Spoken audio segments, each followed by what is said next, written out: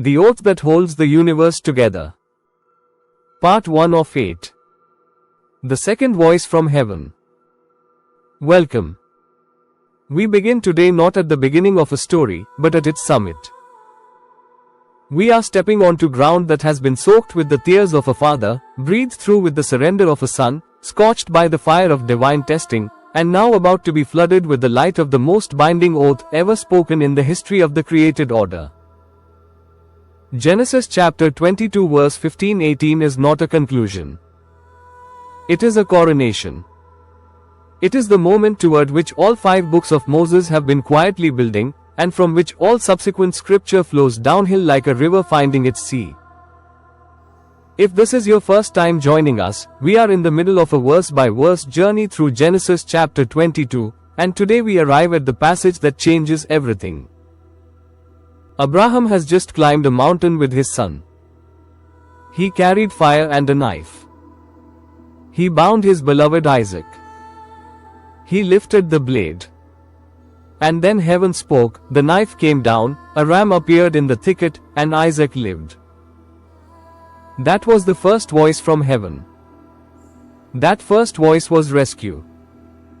But the second voice, the voice of verses 15 through 18, is something entirely different. That second voice is the ratification of eternity.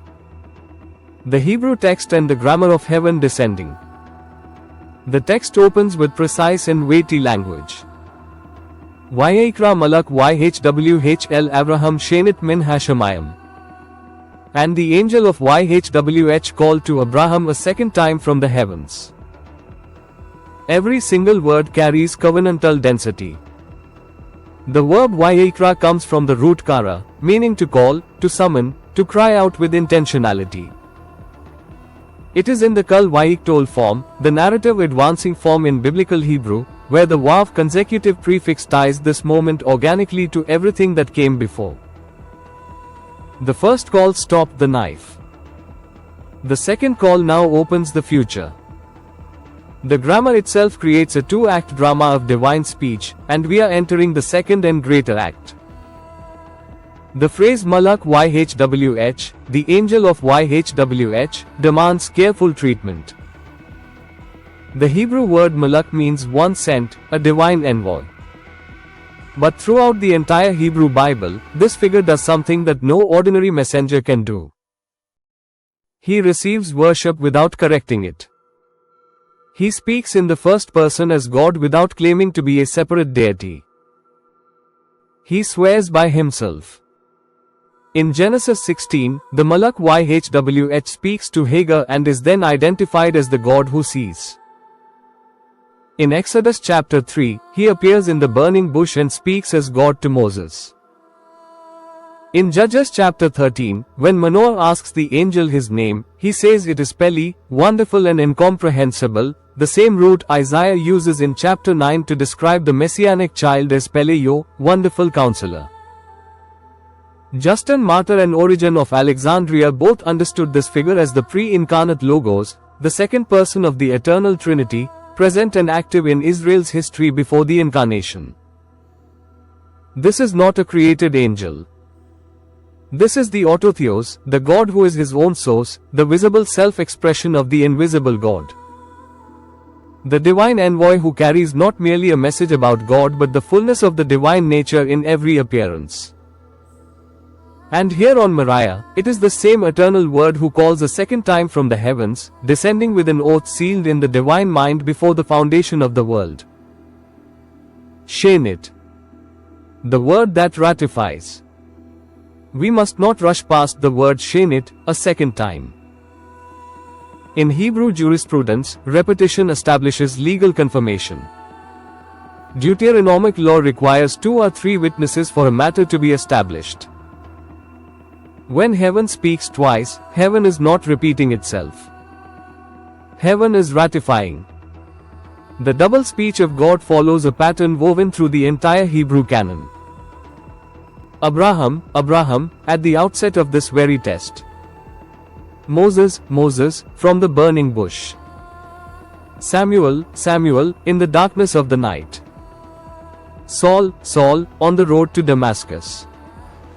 In every case, the doubling signals intimacy, urgency, and supreme divine appointment. The person called twice is being addressed not as a historical figure only but as a covenantal partner whose story God is about to permanently rewrite. John Chrysostom, the golden-mouthed preacher of Antioch, made an observation that has rarely been bettered in the history of biblical commentary. He argued that the second call was absolutely necessary, because the first call merely stopped the sacrifice while the second call interpreted it. Without the second call, Moriah is an enigma of trauma. With it, Moriah becomes a template of triumph. Gregory of Nyssa saw in this the movement from the darkness of the cloud, where God hides himself in mystery and testing, to the brilliance of the vision, where God reveals himself in oath and blessing. The darkness was real. But it was not the final word. The second voice is the final word. And the final word is always blessing.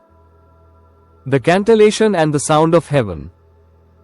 The Masoretic cantillation marks, those ancient musical notations governing the public reading of the Hebrew Bible in the synagogue, add a layer of drama that most readers entirely miss.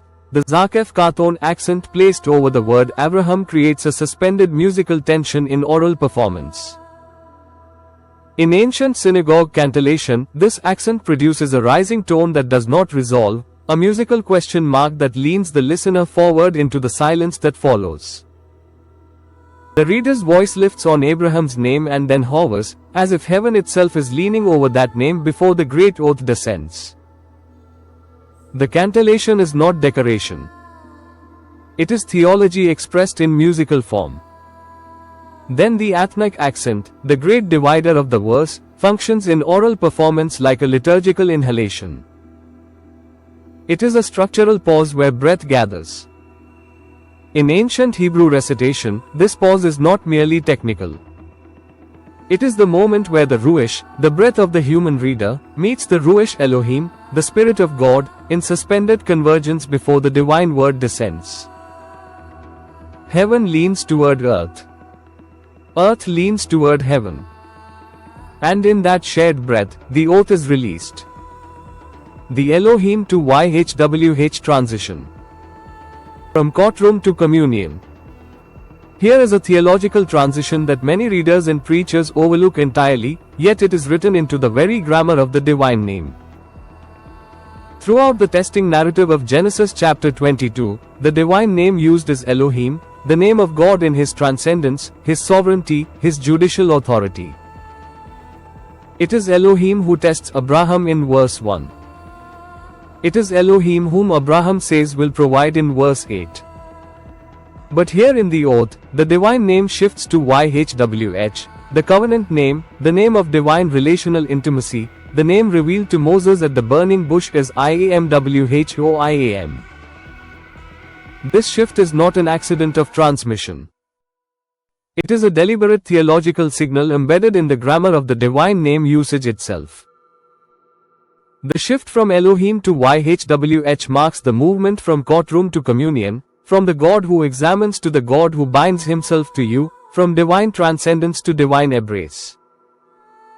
The God who tested Abraham as Elohim now addresses him as YHWH. The trial is over. The relationship deepens. You are no longer before a judge. You are before a covenant partner who swears by his own eternal name. Three ancient languages confirm one reality. The Septuagint, the ancient Greek translation, renders this phrase as Aphonson ho angelos kiriotan Abram ek tu orono ek deutero.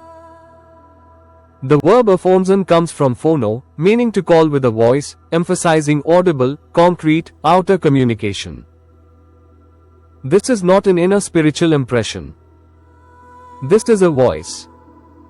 The Greek word oronos, from heaven, is the same word that appears in the New Testament when the heavens are opened at Jesus' baptism and the Father's voice descends declaring, "This is my beloved Son in whom I am well pleased." The heavenly voice over Abraham on Moriah and the heavenly voice over Jesus at the Jordan are spoken from the same heaven, by the same God, over two beloved sons, separated by 20 centuries of covenant fulfillment. Jerome's Latin Vulgate renders this with vocavat angelus domini Abraham secundo de caelo. The root vocare, to call, gives us the English word vocation. Heaven is not merely delivering information. Heaven is calling Abraham into a vocation, a sacred life purpose that will flow through his descendants and ultimately through one singular seed into every nation on the earth. This second call is not a postscript to the drama. It is the revelation of why the drama existed at all. The psychological dimension. The wound of the second word. This second call from heaven speaks directly to one of the most persistent wounds in the human soul. It is the wound of the person who was rescued from something terrible but was never told what the rescue meant. The wound of the survivor who lived through the crisis but was left in the silence afterward, without a second word to explain why the crisis happened and what they were now supposed to do with their life. So many people have experienced the first call, the divine intervention that stopped the terrible thing.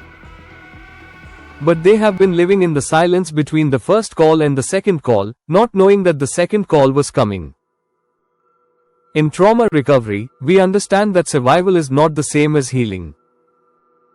A person can be rescued from danger and still live as though the danger is present, because the nervous system did not receive the second message. The message that says not only are you safe, but you are now being blessed, you are now being given a future, you are now the recipient of an oath. Many of us have been living as survivors when God has been preparing to speak us into the identity of covenant partners. The angel of the Lord in this passage functions as what we might call in therapeutic language a divine third-party intervention, the external stabilizing presence that not only stops the reenactment of harm but then speaks transformation into the silence that follows. The second call is the integration of the fractured narrative. The knife, the fire, the wood, the sun, the ram, all of these fragmented pieces of Abraham's terrifying experience are gathered up by the second voice and woven into a single coherent story of divine faithfulness. Let this truth reach the deepest part of you now. God speaks a second time. If you have experienced the first word of divine intervention in your story but have not yet heard the second word of covenantal purpose, know that the silence between the calls is not abandonment. It is preparation. The second call is the call that interprets everything that came before it. It turns the trial into a testimony. It transforms the test into a throne.